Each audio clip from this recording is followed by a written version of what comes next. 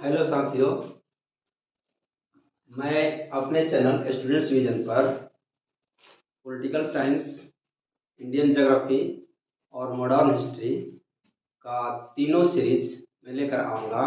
और मैं ये जो सीरीज लेकर आऊँगा आपकी प्रतियोगिता परीक्षा के लिए जो आवश्यक होंगे वही हम आपको टॉपिक इस पर पढ़ाएंगे। और हम जो पढ़ाएंगे क्रमबद्ध रूप से पढ़ाएंगे और ऐसा पढ़ाएंगे ताकि आपका जो एग्ज़ाम है कवर किया जा सके। और ये जो टॉपिक होंगे हम क्रमबद्ध रूप से पढ़ाएंगे। तो आप मेरे चैनल को सब्सक्राइब कर दीजिएगा और आपको पसंद आएगा तो लाइक कीजिएगा। तो हम अब देखेंगे कि स्वतंत्रता का अधिकार हम पढ़ेंगे, यानी कि जो हमारा मौलिक अधिकार है, मौलिक अधिकार का दूसरा अधिकार हमारा स्वतंत्रता का अधिकार है, इसका हम अध्ययन करेंगे। स्वतंत्रता का अधिकार अनुच्छेद 19 से 22 के बीच दिया गया है और ये संविधान के भाग 3 में वर्णित है। तो हम इसमें स्वतंत्रता का अधिकार में अनुच्छेद 19 का अध्ययन करेंगे, क्योंकि ये सब जो टॉपिक है अपने आप में लंबे हैं, महत्वपूर्ण है, इसलिए एक एक अनुच्छेद का हम थोड़ा स्वतंत्रता के अधिकार में अध्ययन करेंगे। तो देखेंगे अनुच्छेद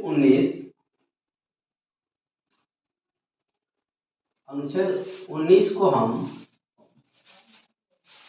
दो खंडों में बांटते हैं। खंड 1 में मूल अधिकार और खंड 2 में मूल अधिकारों पर निर्बंधन है, यानी कि मूल अधिकारों पर युक्त प्रतिबंध लगाने की बात खंड 2 में की गई है। यानी अनुच्छेद 19 का खंड 2 मूल अधिकारों पर युक्त प्रतिबंध लगाने की बात करता है। तो हम देखेंगे अनुच्छेद 19 जो है भारतीय नागरिकों को प्राप्त मूल अधिकार है, प्राप्त स्वतंत्रता का अधिकार है और इसमें 6 प्रकार की स्वतंत्रता के अधिकार की गारंटी दी गई है। अनुच्छेद 19 में भारतीय नागरिकों को 6 प्रकार की स्वतंत्रता के अधिकार की गारंटी दी गई है। तो हम एक एक करके अध्ययन करेंगे। हम देखेंगे अनुच्छेद 19(1) का इसमें वाक एवं अभिव्यक्ति की स्वतंत्रता की बात की गई है, यानी कि कोई भी व्यक्ति अपने विचार दृष्टिकोण को व्यक्त कर सकता है। और जो अभिव्यक्ति शब्द है इसका अर्थ बहुत व्यापक है, जिसको हम समझने की कोशिश करेंगे। इसके अंतर्गत राष्ट्रीय ध्वज फहराने, विज्ञापन, जानने का अधिकार, राइट टू नो,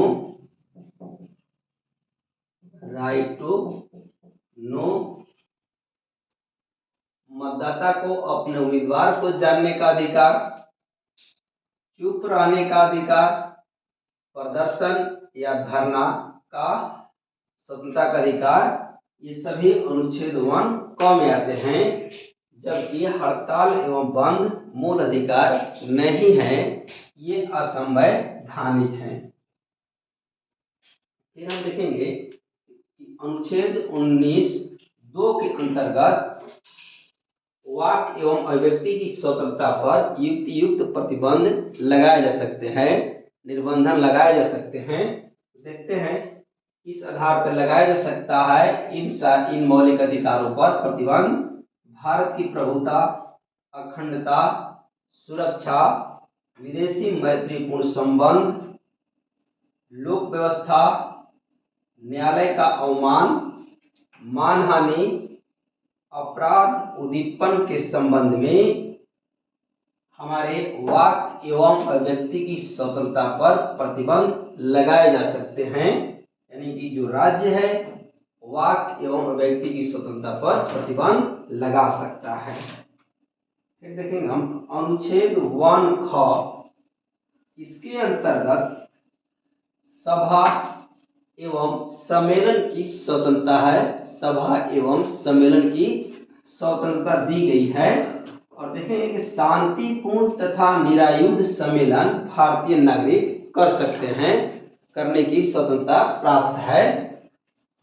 देखेंगे इस पर भी प्रतिबंध लगाए जा सकते हैं, जैसे भारत की प्रभुता, अखंडता, लोक व्यवस्था के हित में शांतिपूर्ण तथा निरायुध सम्मेलन आदि पर रोक लगाया जा सकता है, यानी कि सभा एवं सम्मेलन पर रोक लगाई जा सकती है। लेकिन अगर मीटिंग करना, सभा करना, सम्मेलन करना आवश्यक है और उस क्षेत्र में धारा 144 लागू हो, ऐसी स्थिति में डीएम से परमिशन लेना पड़ेगा। डीएम से परमिशन लेना पड़ेगा।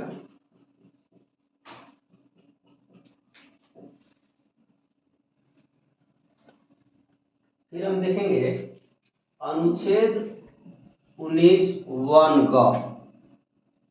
अनुच्छेद 19(1) ग, इसके अंतर्गत संगठन या संघ बनाने की स्वतंत्रता है, यानी कि भारतीय नागरिक संघ एवं संगठन बना सकते हैं, चाहे वो श्रमिक हो, चाहे वो शिक्षक हो, चाहे वो छात्र हो, चाहे वो किसान हो, वो अपना संघ या संगठन बना सकते हैं। लेकिन इस पर भी युक्त प्रतिबंध लगाए जा सकते हैं। पुलिस बल एवं वेश्या को संगठन बनाने से प्रतिबंधित किया गया है। ये संगठन या संघ नहीं बना सकते हैं।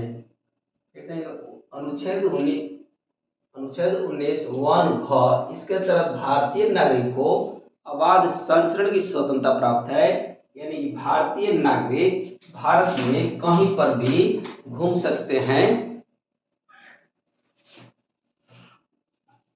कहते हैं कि इस पर भी अनुच्छेद 19(5) के तहत साधारण जनता तथा अनुसूचित जनजाति के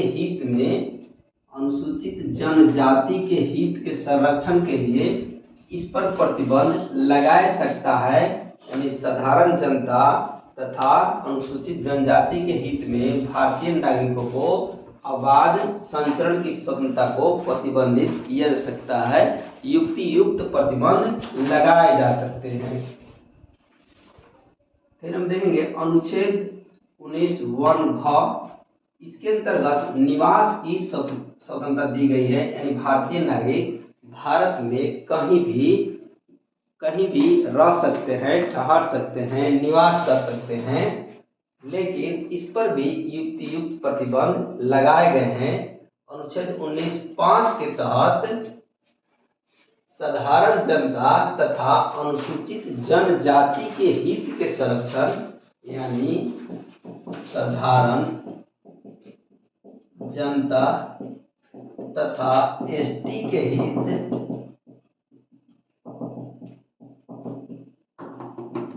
हित के संरक्षण के आधार पर इस पर प्रतिबंध लगाया सकता है, यानी भारतीय नागरिकों को किसी क्षेत्र में निवास करने से मना किया जा सकता है। फिर हम देखेंगे अनुच्छेद 19(1) च, इसके अंतर्गत संपत्ति के अर्जन, धारण एवं व्ययन का अधिकार दिया गया था। नोट करेंगे अनुच्छेद 19(1) च, इसमें संपत्ति के अर्जन, धारण एवं व्ययन का अधिकार शब्द का प्रयोग किया गया था। नोट करेंगे, ये शब्द पूछे जा सकते हैं क्योंकि हम लोग मोटा मोटी जानते हैं कि अनुच्छेद 19(1) च में संपत्ति का अधिकार है, लेकिन संपत्ति के अधिकार के शब्द क्या दिए हैं? संपत्ति के अर्जन, धारण एवं व्ययन का अधिकार शब्द दिया गया है। इसको जो है 44वें संविधान संशोधन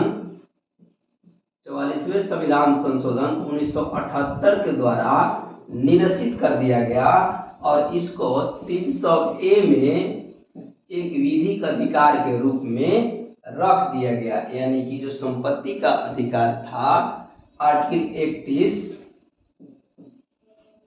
इसी में इसको समाहित कर दिया गया है। और अनुच्छेद 31 को भी हम जानते हैं कि 300A में एक कानूनी अधिकार बना करके रख दिया गया है। फिर हम देंगे अनुच्छेद 19(1)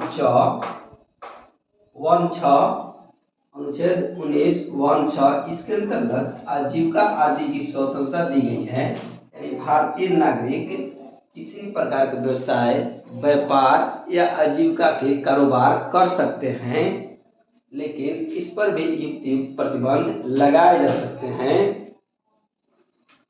इस पर भी युक्त प्रतिबंध लगाए जा सकते हैं।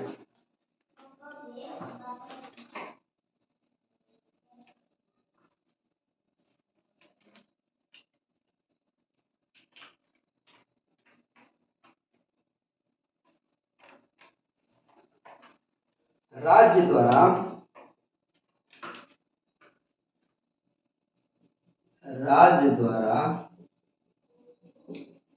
किसी व्यवसाय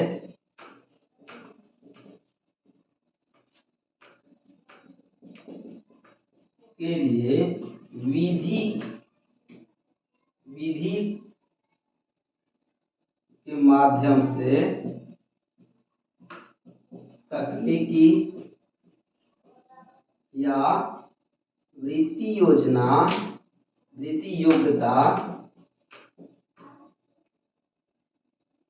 योग्यता निर्धारित की जा सकती है।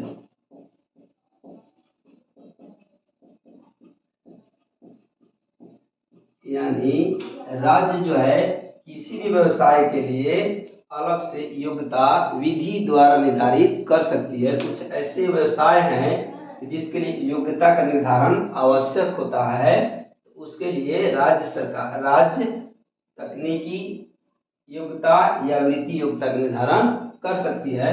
फिर हम देखेंगे ओम प्रकाश बनाम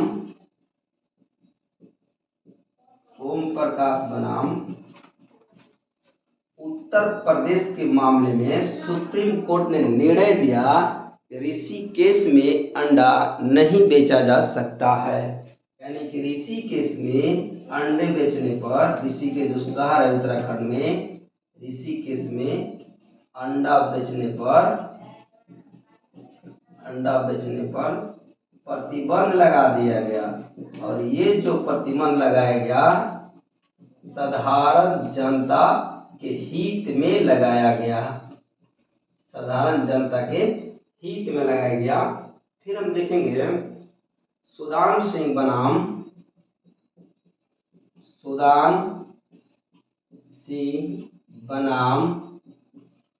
भारत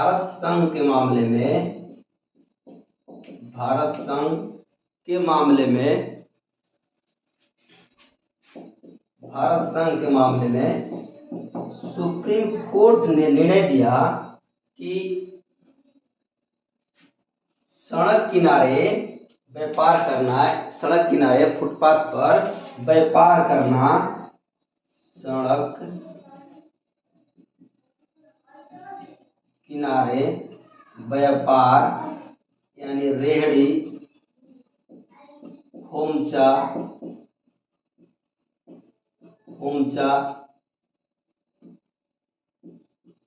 ठेला लगाना अनुच्छेद 19(1)(6) है। यानी कि फुटपाथ पर रेहड़ी, खोमचा, ठेला लगा करके अपने सामान को बेचना भी आर्टिकल 19(1)(6) है। यानी कि ये भी आजीविका आदि की स्वतंत्रता है। तो आज हम लोगों ने आर्टिकल 19 के बारे में अध्ययन किया। इसके बाद मेरा अगला टॉपिक आर्टिकल 20 के बारे में आएगा। धन्यवाद।